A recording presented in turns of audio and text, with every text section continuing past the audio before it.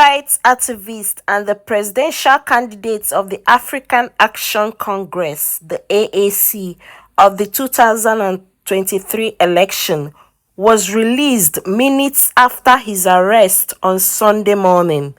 Sowore was arrested on Sunday morning at the Murtala Mohammed International Airport in Lagos. On his X platform, he wrote, "I just arrived from the US. Upon reaching the Nigerian immigration, my passport was seized and I was told they had serious orders to detain me. This is not a new thing, as you all know." And so, Sowore, after being released on that same Sunday, he came on interview with one of the media personalities of the Arise TV to speak on what happened and then draw more light on what the nation is going through by the present government. Right now, I will leave you to watch the rest of the video. Thank you.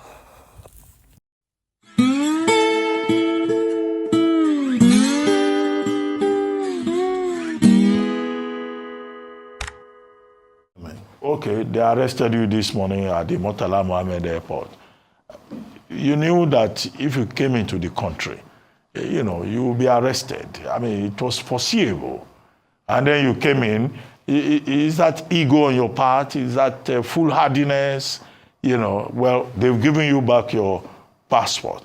But why did you have to dare the Nigerian state? It's a matter of right to not abandon one's citizenship, one's rights, one's fundamental dignity by running away from the government of your own country because they feel like they can violate your right. I have not committed any offense known to law, even though it was brought to my attention and that my name was put on a watch list. First by the CG of Immigration, the lady, and then later there was a document I got from the DSS that my name was placed at the airport on a watch list. But I had decided I was coming to Nigeria anyways because I had a case coming up soon, and that nothing was going to stop me. So I took my bags, packed my bags and got on the plane and arrived this morning to Lagos from the US after almost 14 hours of flying, only to get to the immigration people and they said, they seized my passport first and said, I have been ordered arrested. Of course, I was expecting it. But it wasn't a matter of ego, it was a matter of rights. It was a matter of existence. I'm a Nigerian, and I don't think any Nigerian should be afraid or be scared from their home country simply because some people are going haywire in office or in power. Okay, but you've been talking about fearless in October, take back our country. The story is out there that there's a plan to protest against the Tinubu government starting from October 1. Okay, you've talked about a court case. Is that why you are here? To start another, take it back? I don't have any reason to explain why I come to Nigeria. I don't come to Nigeria on vacation. It's my home country. And as a result, I can come to Nigeria for any reason whatsoever. I can come to Nigeria even if I don't have any reason to visit. It's my country. This is where I was born, raised. And after spending some 25 years in the US, I never abandoned the citizenship of Nigeria. So I don't owe anybody any explanation as to why I can come to Nigeria or the reason I can. So I can come to Nigeria for any reason. So I'm just explaining to you that whether I'm engaging in the protest, which is my right, or I'm coming for a court case, or I want to visit my mom, or I want to come here to come and drink water from a lake in my village, it's my right. Okay, I don't owe the government any duty to be afraid to come home simply because they put my name on the watch list. But tell us about this Fearless in October revolt that is being planned. Well, it's been part of the series of protests that has been organized by Nigerians, and we started on August 1st, as you are aware. That was End Bad Governance. This is supposed to be a continuation because 15 demands that the government did not even attend to. Instead of that, the federal government arrested and detained a lot of people, minors, and charged them with bogus offenses, very egregious offenses of treason for carrying placards.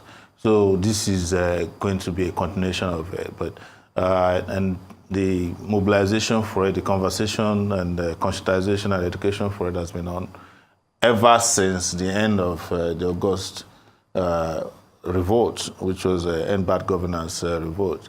So everybody's aware. The government was aware of this, and everybody should be preparing for it, because it's a matter of right that Nigerians have a duty to just not allow this government to obliterate them with hunger, starvation, and incompetence. But Sowore, are you aware that for treason, they were remanded in Kuje prison? They've been granted bail to the tune of 10 million naira. So what kind of spirit will bring you back to say you want to commit treason, knowing that they will come after you and they will put you in Kuje prison, where they seem to have enough space to house people like you? It is treason to arrest, detain, and falsely charge citizens of crimes they have not committed. And it's not the first time I was accused of treason. In fact, I heard about the offense of treason in 1992 at the University of Lagos, when we went and did Babangida Must Go.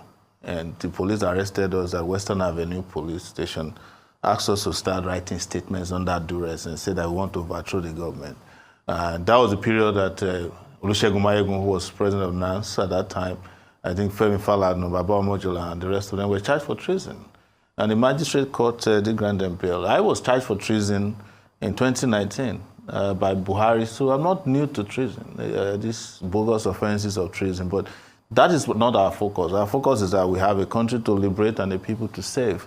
So whatever offenses are thrown our way, it should not discourage us. It's up to the people to determine what constitutes the offense of treason. And in this situation, it is the Tinubu regime that is committing treason. And I must say to you also that in 1994, Tinubu was accused of treason. If you remember, when he was accused of bombing Ejigbo Depot by Abacha. So that was why he left Nigeria on exile. But in our own case, we are not going to go on exile simply because the government is afraid of placards. Well, you were presidential candidate in 2023 on the platform of the African Action Congress. President Tinubu has now said, look, there's a government to run. Politics is over. All the things that Nigerians are experiencing, these things are inevitable. Hard choices have to be made. And the Nigerians should be ready to make sacrifices. But, you know, some of you are still acting as if the election is still on. Well, so why? We're not running an election. They never even had an election in the first place. But that's a conversation for another day. What we're saying is that the issue on ground is existential. And everybody's talking. Even the other day, I saw some elders, including the former Secretary General of the Commonwealth, who went to Tinubu and said we should bring about a new constitution, which is one of our demands, by the way. We talked about minimum wage. We talked about wastage in government. So you're asking people to tighten their belts, you know, that they should just tarry a little. But you are there buying yourself a private jet of $150 million. You are renovating homes of your VP for $21 billion. Everybody in the Senate and everybody in the National Assembly got an SUV that cost $150,000 each. I mean, are Nigerians foolish not to understand that this is just a ruse? You know, and that is why I coined the word, I think yesterday, that the government is no longer practicing democracy but orisacracy, which is government of rice. Rus and rice. Any problem in Nigeria, give them rice. Flood in Maiduguri, send them rice. Education problem, send them rice. People are sick, send them rice. You know rice is, botanical name of rice is the Rhiza sativa. So that is where we are. And the government has become a joke. And that brings us back to the conversation about treason. You're a lawyer. I don't need to remind you of that. And I'm sure that if you were sitting in court representing an accused person, and the person that's accused of treason for carrying placards. You must look at the prosecutor and wonder whether he went to law school. Well, I know that lawyers are part of the problem. Yeah. But, okay, they've given you back your passport. Yes. They've released you. Did they ask you to report again tomorrow morning? Because giving your passport does not mean anything. You can be asked to start reporting every day until the matter is decided. If they ask what did they say to you? They just came to me and said, we were looking for, because I tweeted while I was waiting, while I was sitting in their office, that I'm now in detention and they've seized my passport. And they said, we're looking if you have a waiver for the watch list. I said, what's the waiver for watch list? And another 10 minutes later, they came and said, we resolved the issue. You can have your passport back now. And some of them actually nicely escorted me to get my bags. But by the time I got to the bag section, one of my bags had gone missing. So we're still looking for the bag as we speak. One of your bags disappeared? Yeah, the biggest bag I brought had disappeared. But the ones you got, did they open them?